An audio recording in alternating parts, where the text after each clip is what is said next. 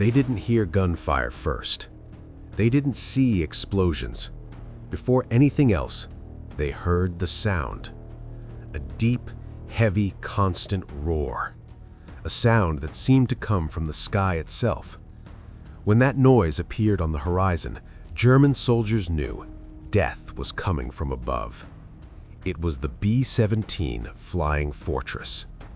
Imagine standing on the ground in occupied Europe, looking up, and seeing dozens, sometimes hundreds of American bombers flying in tight formation. A wall of metal, moving slowly yet relentlessly. There was nowhere to run. There was never enough shelter.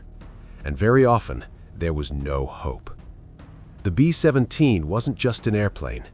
It was a symbol of American aerial terror. Designed to penetrate deep into enemy territory, the B-17 was built with one purpose: to destroy everything that kept the Nazi war machine alive. Factories, railways, fuel depots, military bases. But what truly made the enemy tremble wasn't just the bombs. It was the fact that bringing down a B-17 was incredibly difficult. The Germans quickly realized something terrifying. Even when riddled with bullets, even when hit by shrapnel, even when parts of the aircraft were on fire, the B-17 kept flying. There are reports of bombers returning to base with massive holes in the fuselage, wings partially destroyed, crew members wounded, and still managing to land.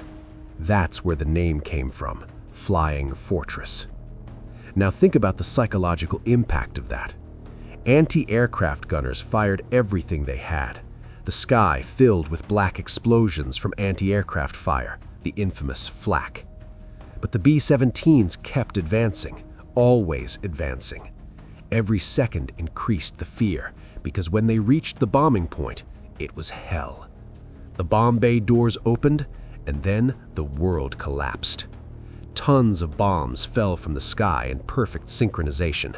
The ground shook, buildings vanished, the air filled with fire, smoke, and destruction. For those on the ground, it wasn't just an attack, it was the end of the world unfolding before their eyes. But the terror didn't come only from the bombs. The B-17 was armed to the teeth. Some versions carried up to 13 .50 caliber machine guns. That meant the aircraft could defend itself from almost any direction. Attacking a B-17 head-on was suicide. From above, nearly impossible. From behind, extremely dangerous. German fighter pilots described the experience as flying straight into a steel porcupine, spitting fire. Imagine being a Luftwaffe pilot. You accelerate toward the American formation. The moment you get close, the sky explodes with gunfire. Tracer rounds fly everywhere. Your aircraft shakes, the windshield shatters, and within seconds you realize you're not the hunter, you're the prey. Many German pilots simply aborted the attack. Fear took over. And even when a B-17 was hit, it rarely went down alone. The formations were designed for mutual protection. Each aircraft defended the others. It was like a moving fortress, a flying city armed with guns. The Germans began calling these formations flying coffins, but interestingly, not for the Americans, for those who tried to attack them. The psychological impact was so severe that entire cities froze when the sirens sounded. Civilians ran for underground shelters, soldiers searched desperately for cover. Commanders knew that after the B-17s passed, nothing would remain intact. Simply spotting the formations was enough to cause panic.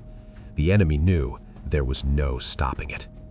The B-17 wasn't fast, it wasn't elegant, but it was tough, relentless, and constant. It returned, day after day, mission after mission. Even with losses, even under intense fire, even flying through the most heavily defended skies in history.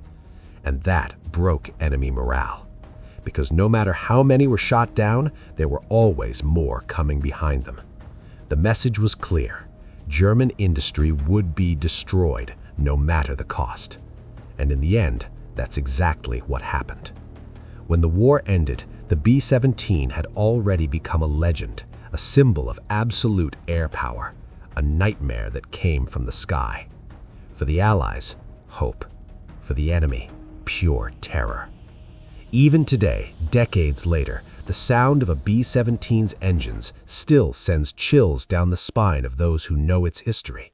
Because it wasn't just an airplane, it was the embodiment of total war. And if you enjoyed this content, subscribe to the channel, leave a like, and comment on which weapon or war machine you want to see in the next video.